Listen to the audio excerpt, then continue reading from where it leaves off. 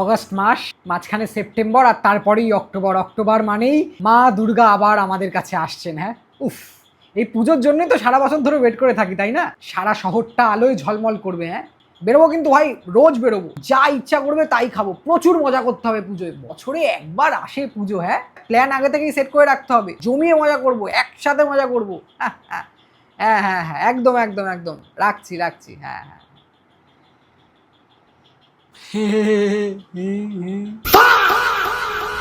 শহরে তো ঠিক জ্বলবে আলো, তবে তোর ফিউচার যে পুরোই কালো।